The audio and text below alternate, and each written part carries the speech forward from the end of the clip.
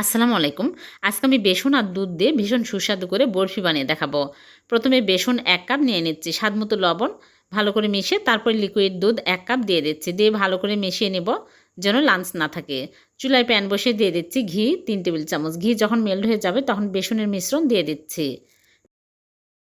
দিয়ে ভালো করে নেড়েচেড়ে নেব। তারপরে এর মধ্যে দিয়ে দিচ্ছি জর্দা রং সামান্য পরিমাণে, এটা অপশনাল, না দিলে কোনো সমস্যা নেই। তারপরে সুজি 1/4 কাপ দিয়ে দিচ্ছি, দিয়ে নেড়েচেড়ে শক্ত করে নেব। শক্ত হয়ে আসলে আমি চুলা থেকে নামিয়ে এক সাইডে রেখে দিচ্ছি।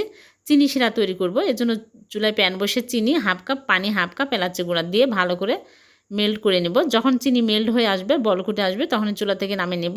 বেসনের মিশ্রণ আবারও চুলার উপরে দিয়ে নেড়েচেড়ে ঝরঝরে করে নেব। ঝরঝরে হয়ে আসলে এর মধ্যে চিনি শিরাগুলো সব দিয়ে দিলাম। দিয়ে নেড়েচেড়ে একদম ঘন করে নেব। ঘন টাইট হয়ে আসলে চুলা থেকে নামিয়ে নিলাম। তারপরে 1/2 কাপ লিকুইড দুধ আর গুঁড়া দুধ দিয়ে নেড়েচেড়ে ঘন করে নেব। ঘন ক্ষীর বানিয়ে নেব। আর 1 টেবিল চামচ চিনি দিয়েছি।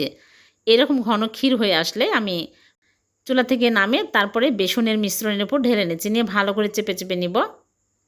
চেপে চেপে সমান করে নিতে হবে। তারপর নরম ফ্রিজে রেখে দেবো ঠান্ডা পর্যন্ত। ঠান্ডা হলে বের করে কেটে আপনাদেরকে দেখাচ্ছি। হয়ে গেল ভীষণ সুস্বাদু বেসন আর দুধের বরফি। এভাবে বানিয়ে দেখবেন, খেতে দুর্দান্ত স্বাদের হয়। ভালো লাগলে লাইক, কমেন্ট, শেয়ার করবেন। আল্লাহ হাফেজ।